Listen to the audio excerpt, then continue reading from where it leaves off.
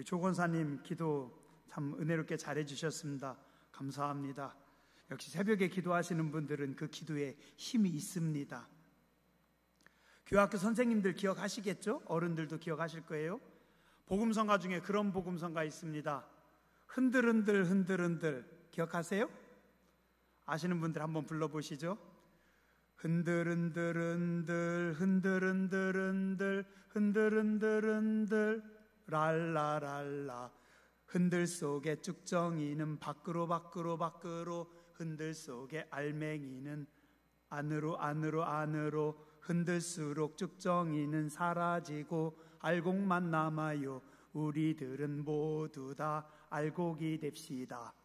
기억하세요? 저는 가끔 교회 어려움이 있을 때 이 찬양 생각이 납니다. 혼자 속으로 읊조립니다. 어쩜 오늘 지금이, 이 시대가 우리 권사님 기도하셨던 것처럼 한국교회를 흔드는, 성도들의 믿음을 흔드는 이 시간 아닌가 합니다. 흔들수록 성도는 더 뜨겁게 기도하며, 쭉정이들은 날아가지만 알곡은 안으로 들어오는 줄 믿습니다. 그래도 우리는 감사합니다. 서울이나 수도권이나 그 지역은 이렇게 모이지를 못합니다. 모이지를 못하고 주일도 그렇고 계속 다 비대면으로 교회 들어오지를 못하게 감시하고 교회 와서 예배를 드리지 못하는데, 우리는 이렇게 성전에서 예배 드릴 수 있음이 물론 그분들에게는 죄송하지만 한편으로는 감사하고, 또 이럴 때 시골교회가, 4단계 아닌 한국교회가 더 사명을 가지고 한국교회를 위해서, 나라와 민족을 위해서 기도해야 합니다. 어려울 때 여러분들이 그 복음성가 생각해 보시기 바랍니다. 흔들수록 쭉정이는 밖으로 나가고 알맹이는 안으로 들어옵니다. 환난이 닥칠수록, 시험이 닥칠수록, 어려울수록, 핍박과 역경이 있을수록 성도는 하나님 앞에 굳게 서며 믿음을 지키는 줄 믿습니다. 한번 따라서 하시죠. 하나님됨을 알지어다. 시편 46편입니다. 시편 46편은 고라 자손이 쓴 찬양시입니다. 열왕기하 18장과 19장을 배경으로 한 시입니다. 열왕기하 18장과 19절에 어떤 큰 사건이 이스라엘에 있었는데, 그 사건 후에 고라 자손들이 하나님 앞에 감사하는 감사의 찬송 시입니다. 어떤 사건이었을까요?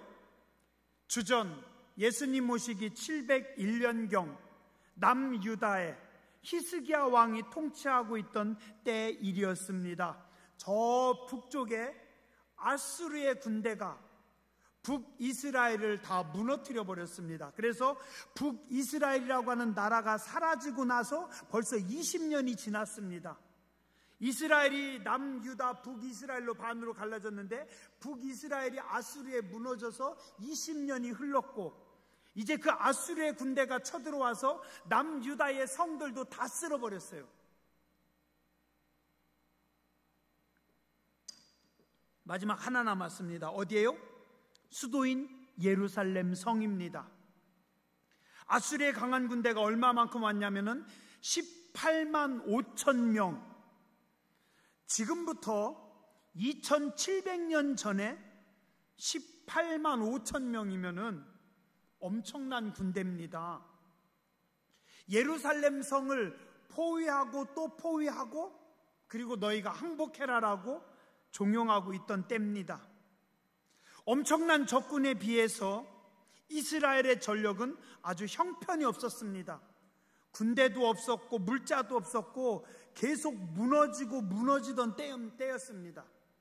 그래서 아수르의 장수가 뭐라고 이스라엘을 조롱하냐면, 야, 니네들 중에 말 탈 수 있는 사람 있으면 2,000명만 뽑아내봐. 그러면 내가 말 2,000필 줄게. 자, 지금 포위하고 있는 적군의 숫자는 18만 5천 명입니다. 18만 5천이면 그 속에 기병대만도 몇만이 있을 겁니다. 그런데 이스라엘은 말을 탈 수 있는 사람을 다 끌어 모아도 2,000명이 안 된다. 이거는 니들은 이제 아무것도 없으니까 니들은 이제 죽을 날밖에 안 남았다. 열왕기하 18장 27절에 보면 뭐라고 하냐면 너희는 너희의 대변과 너희의 소변을 먹게 될 것이다. 이게 뭐예요? 엄청난 겁니다. 니들이 이제 다 죽었어. 니들은 니들 대변, 니들 소변, 니들이 먹게 될 거야. 이스라엘의 운명이 풍전등화입니다. 적은 너무나 강하고 이스라엘은 아무것도 없고 방법이 없는 상황입니다. 이스라엘의 왕 히스기야와 백성들은 어떻게 해야 되나요? 잠깐 힘들지만 항복을 하고 후위를 도모해야 될까요? 근데 지금 이스라엘을 포위하고 있는 아스르는 너무 잔인한 민족이라 항복을 해도 살려두지 않습니다. 고대에 남겨져 있는 벽화들과 부조를 보면 이 아수르의 아주 잔인한 장면들이 지금까지 남아있어요. 철퇴로 사람의 머리를 치는 장면이 부조로 남아있고, 칼로 적의 목을 완전히 자르는 장면이 나와있고, 그 다음에 적군들을 죽인 다음에 적군의 머리만 잘라가지고 머리만 수북히 쌓아놓은 그런 그림들이 남겨져 있습니다. 전쟁 후에는 아수르의 왕 앞에서 살려달라고 하는 적군의 고관들을 눈앞에서 아수르 왕이 단창으로 눈앞에서 찔러가지고 소경을 만들고 그 입에다가 재갈을 물려가지고 말을 못하게 하는 장면들이 부조로 벽화로 남아있습니다. 사람들을 꼬챙이로 꿰가지고 긴 나무에다가 장대 같은 걸로 사람을 꿰가지고 매달아서 사람을 죽입니다. 그게 부조로 남아있어요. 사람을 살아있는 채로, 산 사람이에요. 죽은 게 아니에요. 산 사람을 군인들이 붙잡아가지고 사람을 산 사람 그대로 놓고 여기를 이렇게 피부를 칼로 째가지고 산 채로 껍데기를 벗겼대요. 그게 지금도 부조로 남아 있어요. 얼마나 잔인한 민족입니까? 전쟁에 승리하면 적군들의 포로는 그냥 인정사정 없이 굴비로 꿰듯이 밧줄로 꿰고 그래가지고 그들을 다 끌고 가는 아주 잔인하고 난폭한 민족이 아수르 군대입니다. 그들 앞에서 이스라엘 백성들은 지금 할 수 있는 것이 아무것도 없습니다. 자, 그런데 이때 이스라엘의 왕인 히스기야 왕이 한 일이 열왕기하 18장 1절부터 7절에 나옵니다. 히스기야 왕이 그 옷을 찢고 굵은 배를 두르고 여호와의 전에 들어가서 굵은 베옷을 입고, 베옷을 입는다라는 건 뭐냐면 수의를 입는다는 겁니다. 하나님, 이제 저희는 죽었습니다. 하나님, 이제 저는 죽었습니다. 죽은 자의 수의를 입고 성전에 가서 엎드리는 겁니다. 이때 히스기야 왕이 두 가지 일을 합니다. 이 히스기야 왕이 한 두 가지 일이 아주 중요합니다. 첫 번째, 선지자 이사야에게 기도를 부탁합니다. 한번 따라서 하시죠. 선지자 이사야에게 기도를 부탁했습니다. 왕궁의 책임자인 엘리야김과 서기관 셈나와 제사장 중 장로들에게 굵은 배를 둘려서 아모스의 아들 선지자 이사야에게로 보내매 선지자 이사야에게 사람을 보냅니다. 그리고 우리를 도와 주시옵소서, 우리를 위해 당신이 기도해 주십시오. 이때 히스기야의 처신이 모든 성도들이 어려움을 당했을 때 대처해야 될 모범 답안입니다. 첫 번째 1번 뭐라고요? 주의 종에게 기도를 부탁했습니다. 사실 이사야 선지자는 왕이나 백성들에게 눈에 가시처럼 무서운 사람이었습니다. 이스라엘의 죄를 준엄하게 무섭게 책망하던 선지자가 이사야였습니다. 기억하실라나 모르겠어요. 지금부터 몇 달 전에 우리 이사야서 1장을 강의할 때 저는 그 새벽의 느낌과 성도님들의 반응을 다 기억하고 있습니다. 이사야 1장에 보면은요, 뭐라고 하냐면은요, 유다 왕 우시야와 요담과 아하스와 히스기야 시대 아모스의 아들 이사야가 유다와 예루살렘에 관하여 본 계시라. 이사야가 하나님 앞에서 본 계시다. 그러면서 말씀합니다. 하늘이여 들으라, 땅이여 귀를 기울이라. 하나님께서 말씀하시기를 내가 자식을 양육하였는데 그들이 나를 거역하였다.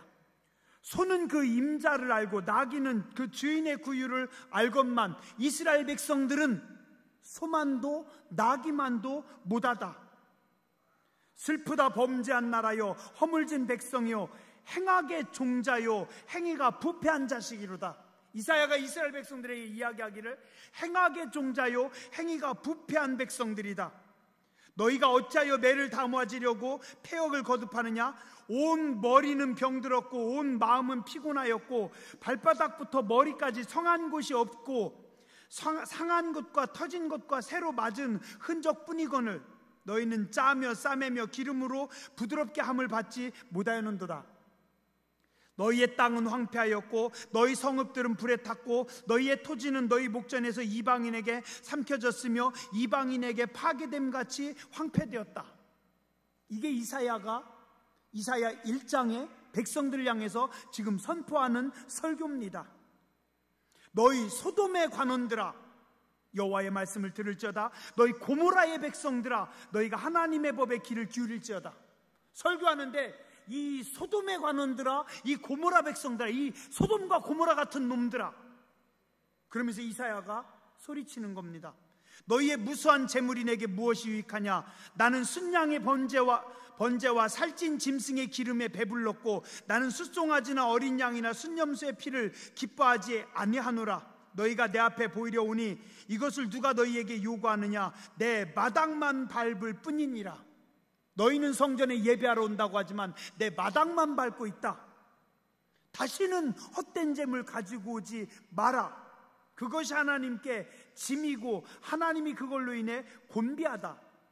너희가 손을 펼 때 내가 내 눈을 너희에게서 가리고 너희가 많이 기도할지라도 내가 듣지 아니하리니 이는 너희의 손에 피가 가득함이라.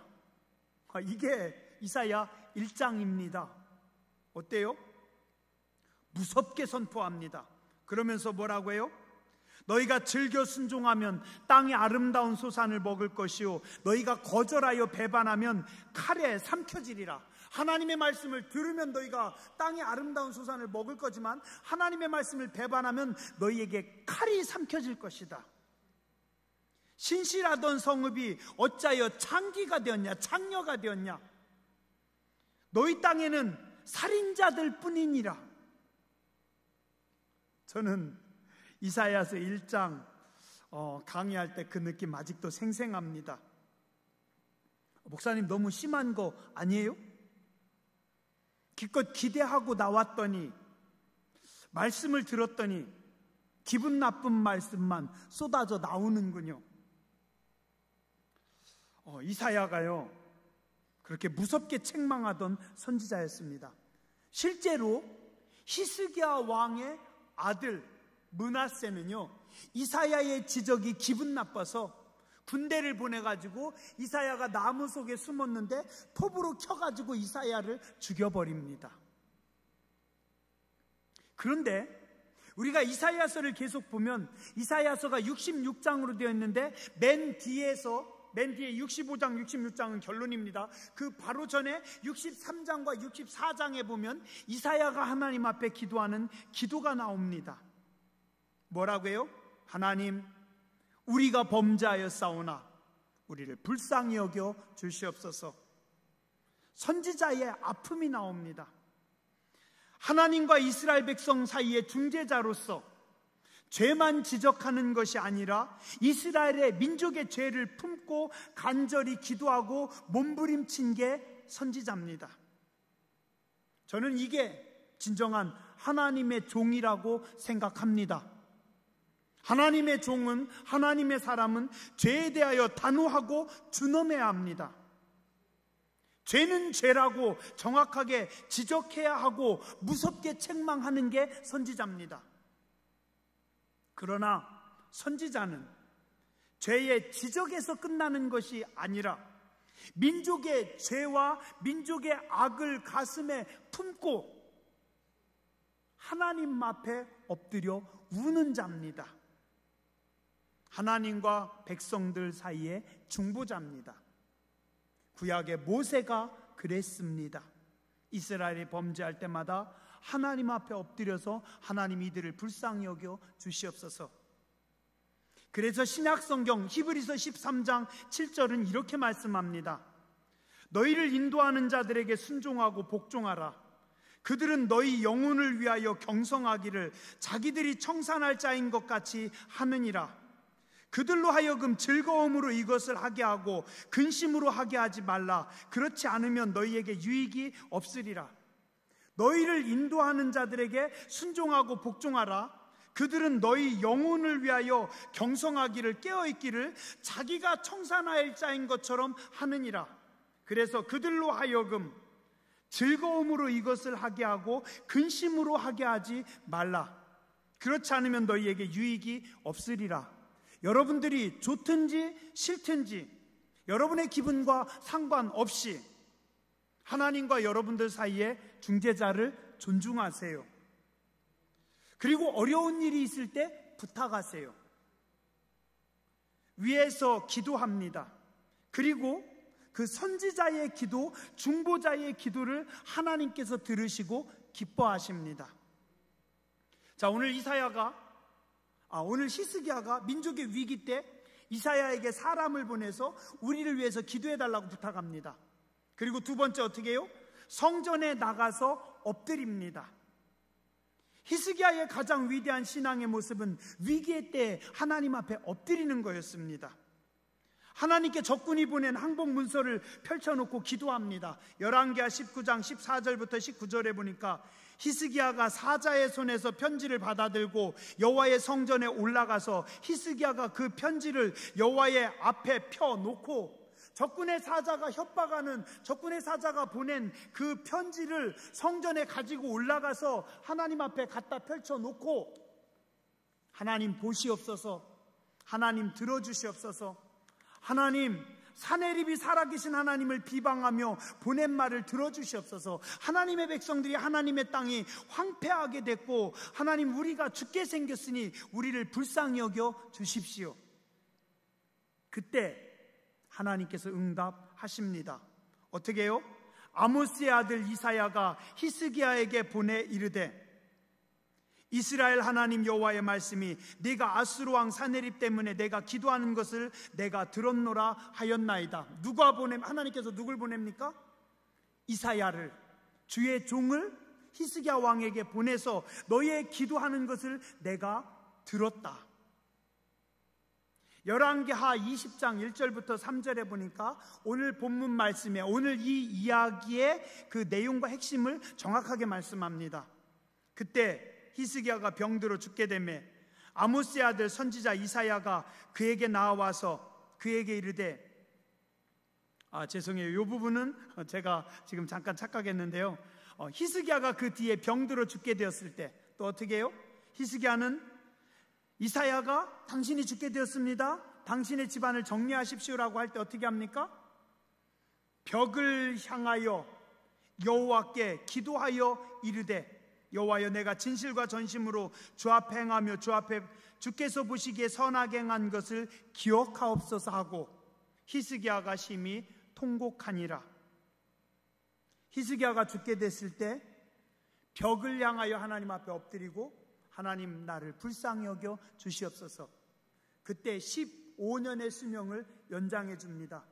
오늘 아수르 군대의 그 선전 포고문을 가지고 성전에 와서 기도할 때 하나님께서 도와주시고, 그리고 그가 자기가 죽게 되었을 때 하나님 앞에 나가서 기도할 때 15년의 생명을 연장해 주십니다. 성도들이 어려울 때 하나님 앞에 기도해야 합니다. 기도가 안 되는데요, 마음이 조급해요, 기도해도 안 될 것 같아요, 사람들에게 매달리는 겁니다. 그러나 그때 우리는 히스기야처럼 기도하는 겁니다.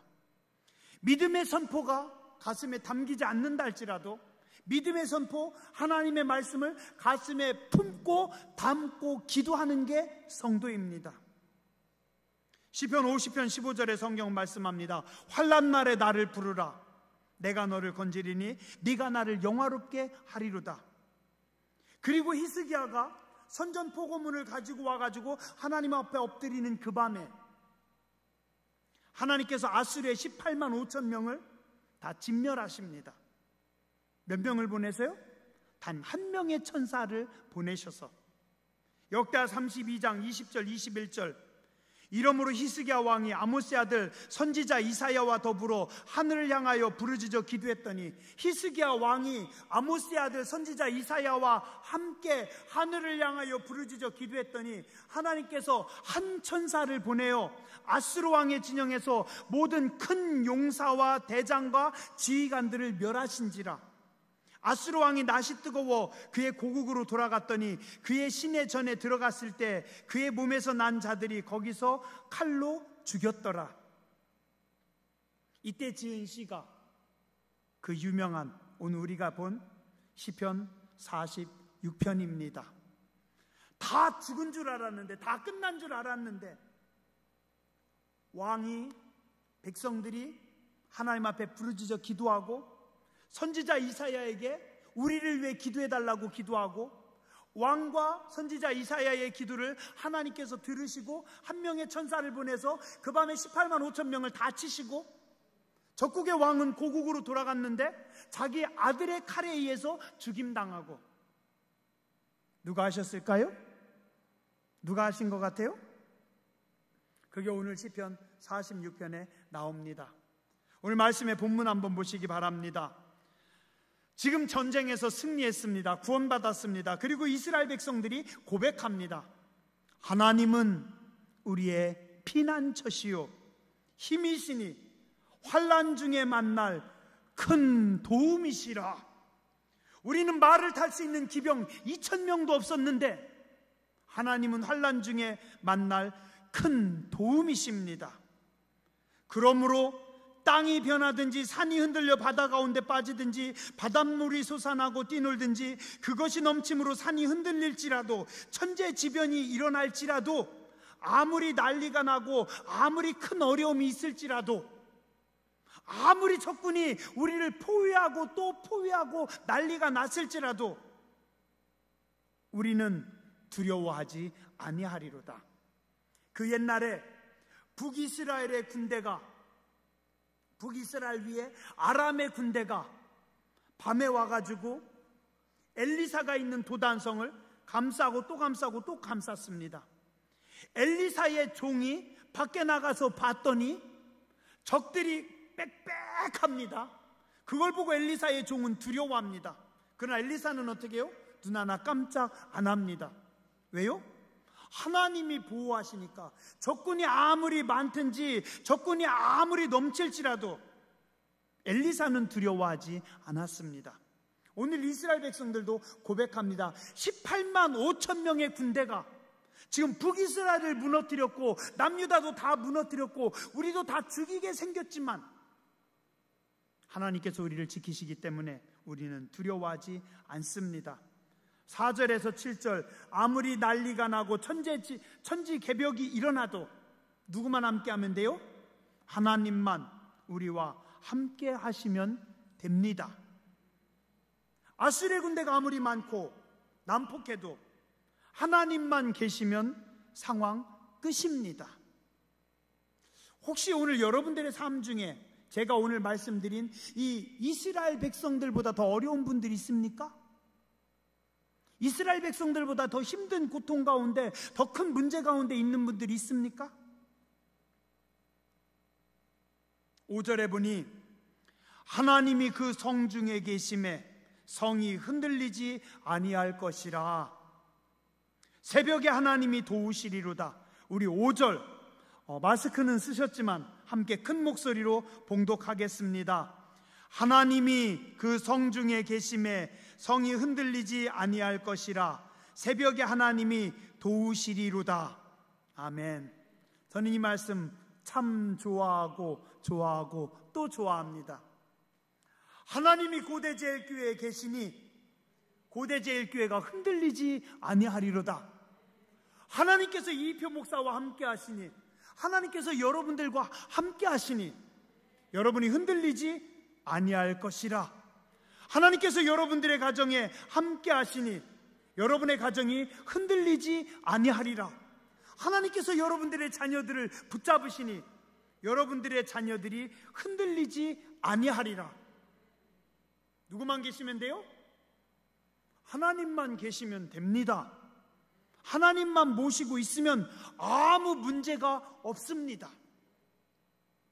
가끔요, 조금 힘들 때 어떻게 하지 하는 인간적인 생각에 두려움이 밀려올 때요, 기도합니다. 한참 기도하다가 어느 순간, 갑자기 생각지 않은 순간에 하나님께서 걱정하지 마라 한 말씀 하시거나, 아니면 제 마음에 담대함을 주고 편안함을 주셔요. 그러면 어떻습니까? 걱정이 안 됩니다. 그 다음부터는 아무 걱정이 안 돼요. 염려가 없어요. 왜요? 하나님께서 걱정하지 말라고 했으니까. 아이고, 하나님 이거 어떡하죠? 아유, 하나님 큰일 났어요. 또 금식해야 돼요? 싫은데.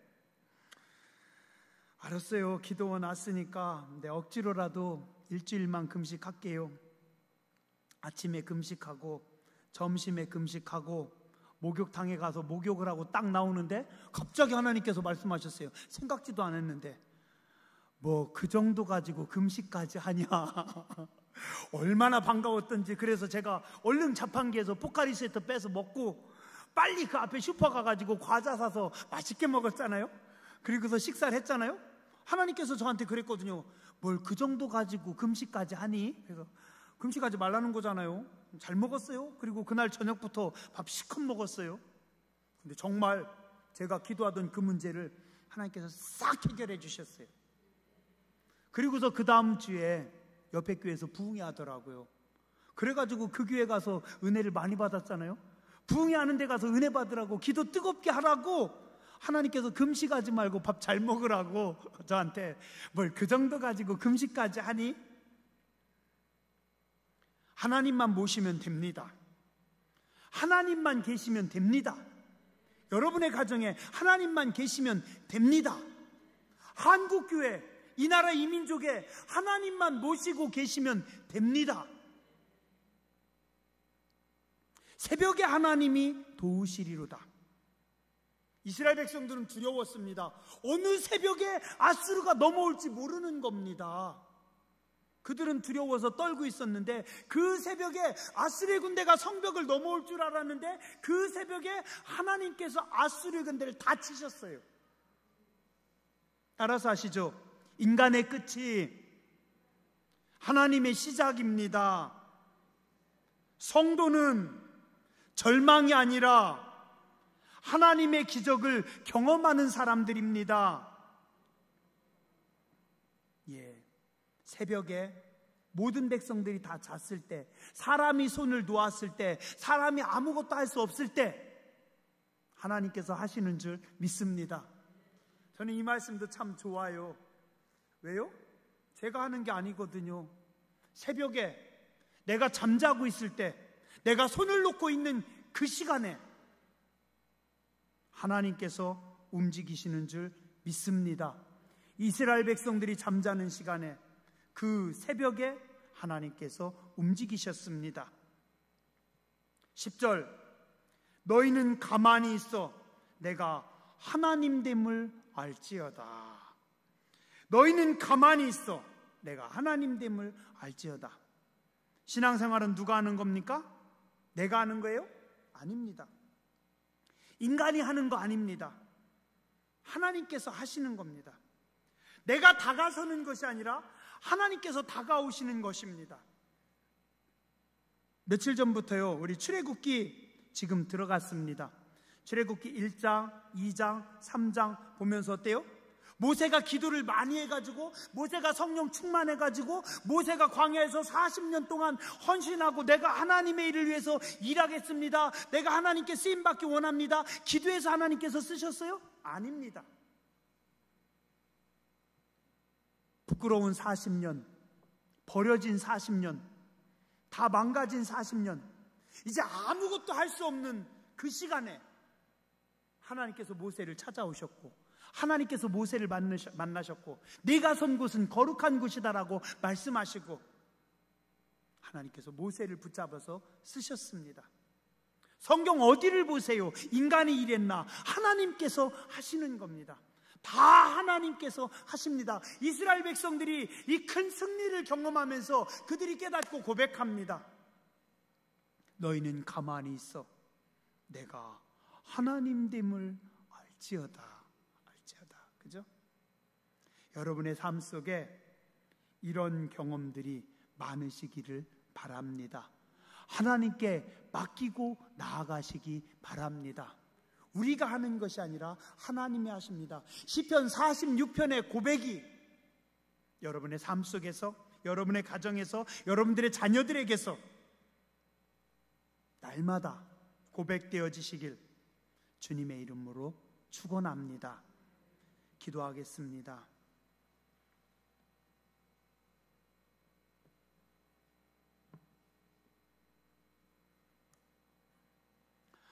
하나님이 그 성중에 계심에 성이 흔들리지 아니할 것이라.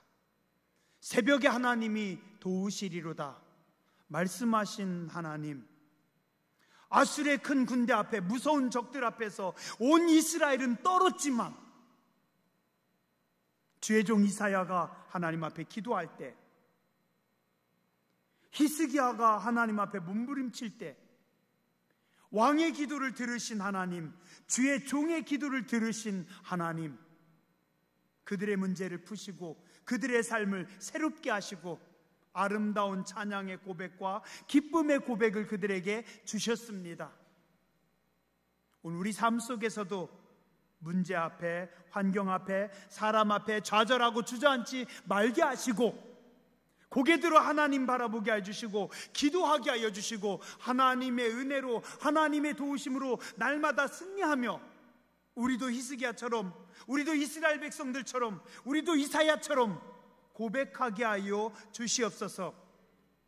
너희는 가만히 있어 내가 하나님됨을 알지어다. 오늘도 우리는 모르고, 오늘도 우리는 두렵지만 이 코로나의 상황 속에서도 한국교회를 붙잡으시고 세우시는 줄 믿습니다. 우리 감리교회를, 우리 고대제일교회를 하나님께서 붙잡으시고 사용하시는 줄 믿습니다. 우리가 부족하지만, 우리가 자격 없지만 하나님께서 우리를 붙잡으셔서 사용하시는 줄 믿습니다. 우리의 자녀들을 축복하시는 줄 믿습니다. 우리의 자손들을 존귀하게 하시는 줄 믿습니다. 아름다운 예배자로, 신앙의 고백자로, 간증자로 세우시고 축복하시는 줄 믿습니다.